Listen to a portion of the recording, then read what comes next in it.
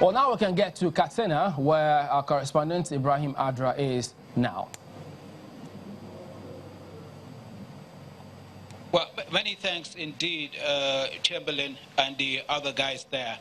Well, like you know, we've been in Katsina since yesterday, and nothing out of the ordinary is happening as far as the people of Katsina are concerned. I've spoken to quite a few of them regarding tomorrow's election. They appear to have quickly put behind the disappointment of last Saturday away and are looking forward to going out to cast their votes tomorrow. Now, a few of them are a little bit skeptical, not too sure. I mean, they told me straight that, well, it happened last week. What's the guarantee is not going to happen again this week? But generally, it's peaceful, and they seem upbeat about the election. So I was watching in the morning and listening to you guys talk to officials of INEC, and they were very confident that materials have gone everywhere.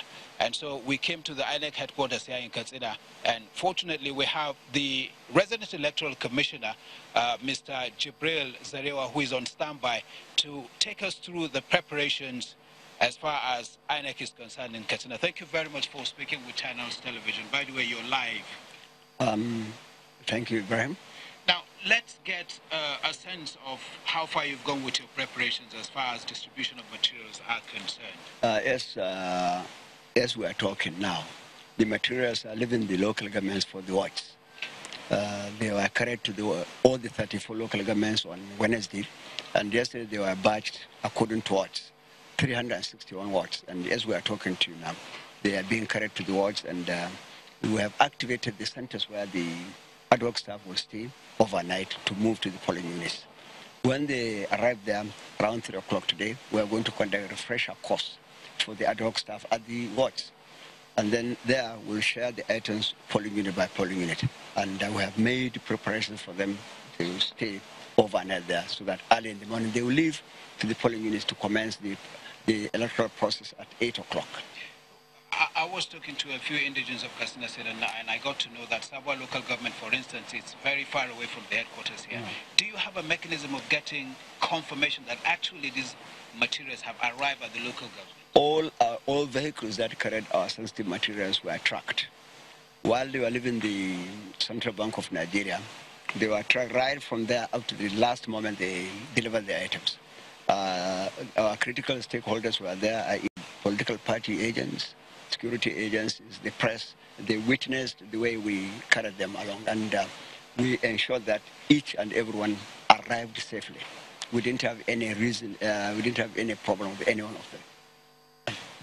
Tell me about voter education. I mean, after last Saturday's postponed, and it's only normal that some people probably are expressing apathy.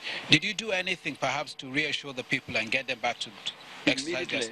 That same Saturday, 10th of February, we convened a stakeholder forum here and explained to the wide spectrum of the people of Katsina State, the political parties, traditional rulers, religious leaders, the press, civil society organizations, and everybody, that the circumstances behind the postponement of the election and the preparations being made to ensure that we don't fail again to do it. So soon after that, we have taken to the radio, television, and contacts with the people to know, for them to know that we are upbeat, we are ready for the elections on 23rd, tomorrow. You don't have any challenges you perhaps foresee in carrying out your duties? So far, materials are there. People are moving to the wards. So far, we have not seen, and we know that there may be problems. There may be problems, and we are looking at instances that can bring indexes that can bring problems, and we are attacking them so that we solve them, so that they do not be in the way of our elections tomorrow. You seem to have a very busy day. I mean, I've seen you go in and out, holding meetings with various stakeholders. Before I let you go, my final question is, the international observers, they've been assured of their security. Tell me what you have done in this part of the country. In this part of the country, you see there are visitors, and the International Convention has agreed that countries open their territories during election for the conduct to be seen. That is open, is transparent, is acceptable, and people have been given opportunity to do it. Now, you have seen those from the European Union and the others. We give them assurances. You know, there's a committee on among all the security agencies with the INEC, the Interagency Consultative Committee on Election Security. It has been upbeat, and this committee and the security agencies have taken the parameters of security of the election staff, the materials, the electorate, the general public, to ensure that nothing untoward happened. So I believe the security agencies have done the right thing and are looking in the crannies and nooks of Katsina State, trying to ensure that things go right. Well, I'd like to thank you very much, Mr. Zereo, for your time. Well, we appreciate it. We hope you'll go around and see what we have done. Okay. Go around. We are around the 34 local government areas, 361 wards. Thank you. Thank you very much. 361 wards. So now you have it. Yes, we're good to go from the resident electoral commissioner in Katsina State. Later in the day, we'll be moving to Daura to see what the situation is there.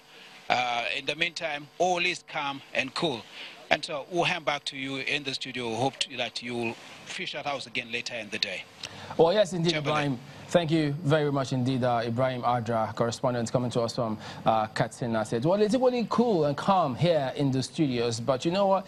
I'm just going to go ahead and talk to Jide Ogunso, Channel TV's correspondent, data analyst and election consultant. Jide, I know they've talked about ballot box snatching, but what is going on here?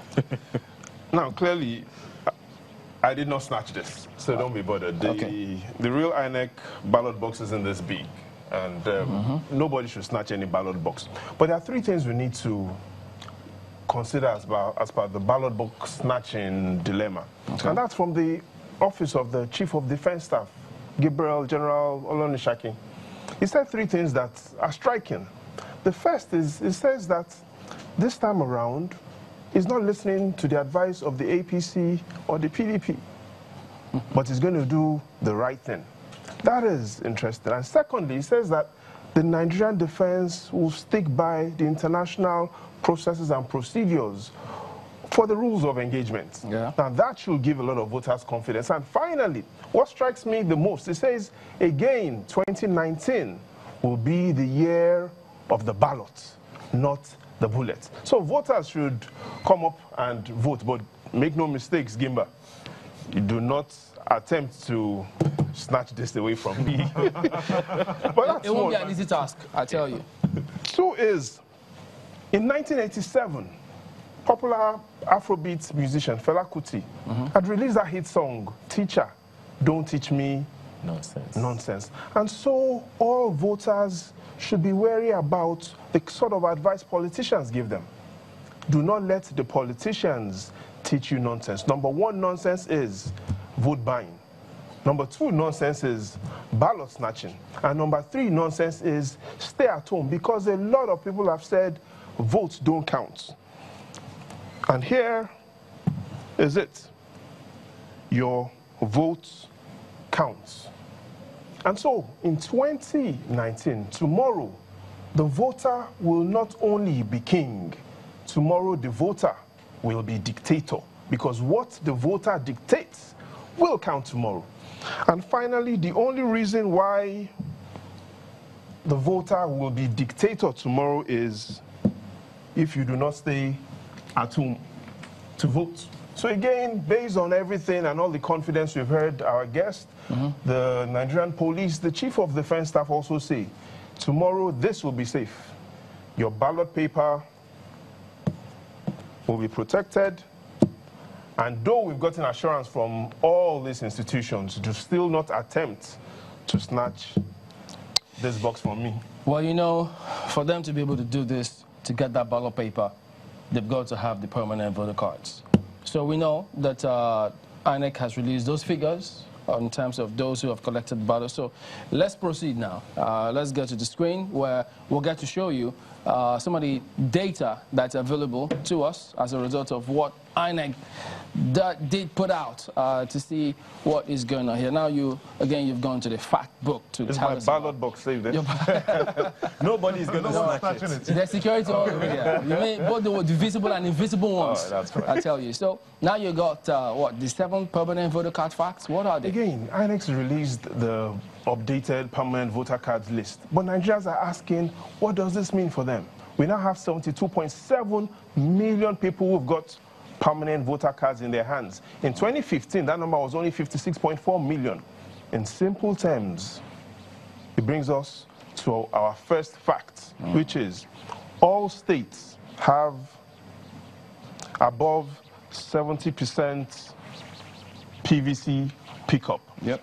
So here's what it means. It means in every state, at least 7 out of 10 people that have registered based on INEX release have collected their PVCs.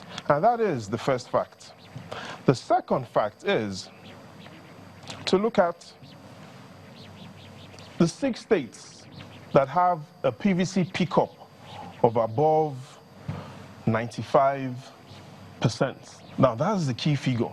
We've got 6 states where PVC pickup is above 95%. But what are these 6 states? 1, Katsina, Kebbi, Zamfara, Bauchi, Gombe, and Taraba. The reason why that is important is out of these 6 states that have gotten a PVC pickup of above 95%, the current incumbent has won 5 and always wins 5 out of these 6 states. So it will be interesting to see that now that these 6 states, or these 5 states that is out of the 6 that have a 95% PVC pickup rate, have voters with their PVCs. Will these voters turn out to vote? That is what we need to look at on Saturday. Because, I mean, I've seen people comment on the figures that have been released as a result of the those who picked up all of this. And it seems to be very interesting to see that how they've picked up, and that perhaps does it speak to the kind of awareness that people have concerning permanent voter card collection. So we've got hopes and fears. The hopes is, for instance, Katsina State that has 99% PVC pickup. Our hope is people... 98, actually. 98.5%, approximately about 99%. Yeah. So what our hope is that these people will come out to vote. Our fears is that the PVC pickup rates, do they actually represent the number of people that have picked up the PVCs, or are third parties picking up PVCs for people? Because again, that's incredible. You're looking at the Northwest, and the Northwest is one zone that a lot of domestic and international observers are interested in. And in the Northwest, we've got 3 of those states that have a PVC pickup of above 95%.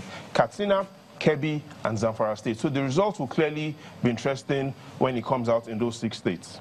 Now, the second or the third out of the 7 permanent voter facts are we've got 16.3 million new permanent voter card holders.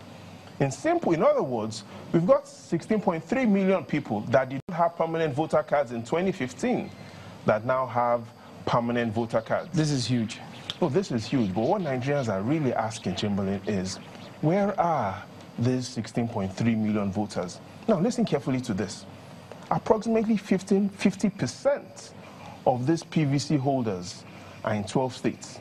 Lagos, Ogun, Oyo, from the southwest, from the south-south, Rivers and Delta states.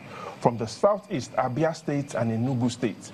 From the northwest, you have Kano State, you have Katsina State. From the north-central, Benue, Plateau, and from the northeast, you have Borno State. Now, these 12 states are the states that hold half of this new PVC holders. So the question is, how will these new PVC holders vote? I don't know the answer. I don't know if you have the answer. Even if I did, I would say, yeah.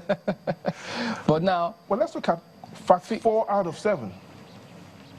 I'm just looking at this 50% of Nigerians who have the new PVCs in these 12 states, and the figures here. How... Okay, well, we can't exactly say where the pendulum may likely swing on this, but what kind of impact do you think they'll have on this? Oh, they will, because let's consider these 2 zones. You've got the southwest. In the southwest, you have 3.5 million new PVC holders, people who have never voted or never gotten a PVC. You've got 3.5 million new PVC holders in the southwest.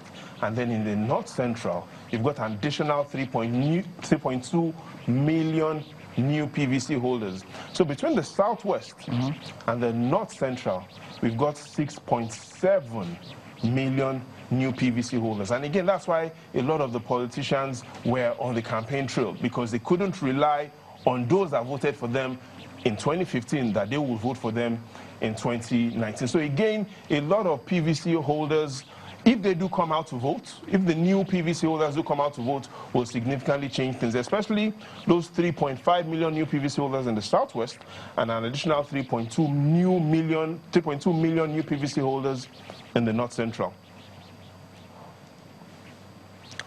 Now, but because these numbers are big, it brings us to the 5th out of 7 facts, and that is this number here.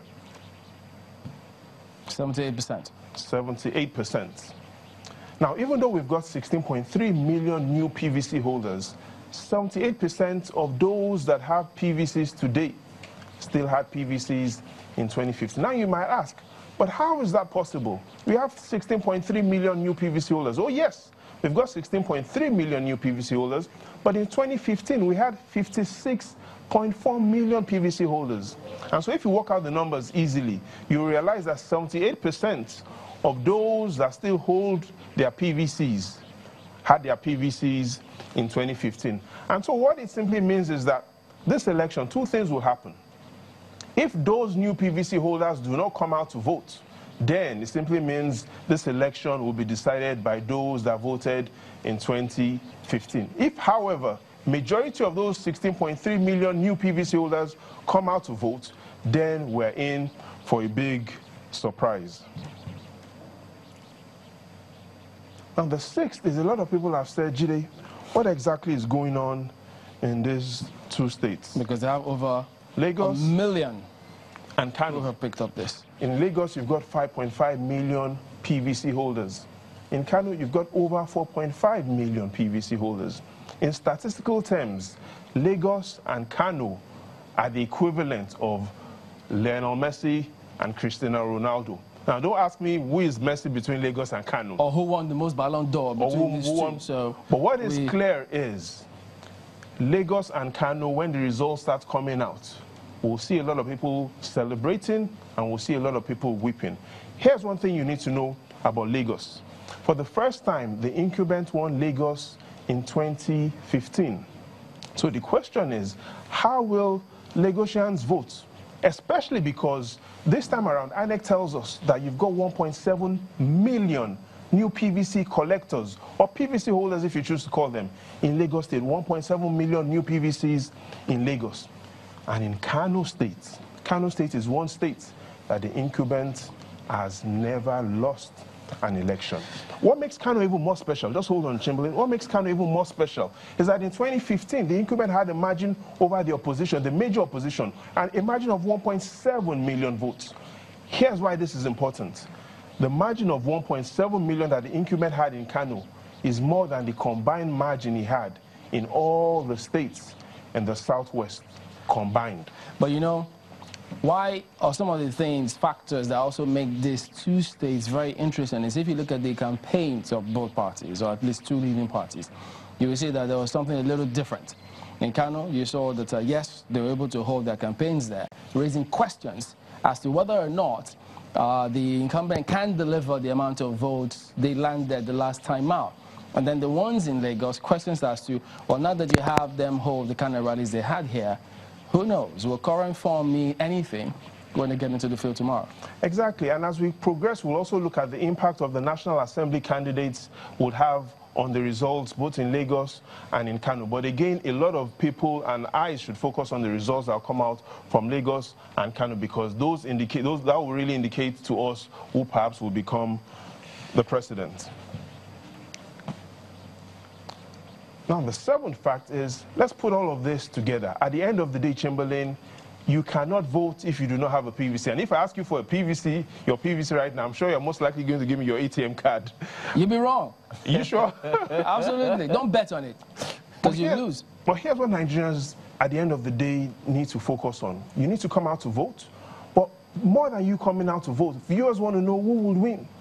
And here's one way to consider who would win, and that's to look at those states that hold the most PVC, not necessarily those states that have collected the new PVCs. And the information we have from INEC's data shows that 50% of PVC holders are in 12 states. And finally, what 12 states hold approximately 50% of PVCs? These are the 12 states. Lagos, Oyo, from the southwest, from the south-south, Rivers and Delta, from the southeast, Anambra. From the northwest, Kano, Katsina, and you know the third one? Kaduna. So Kano, Katsina, Kaduna.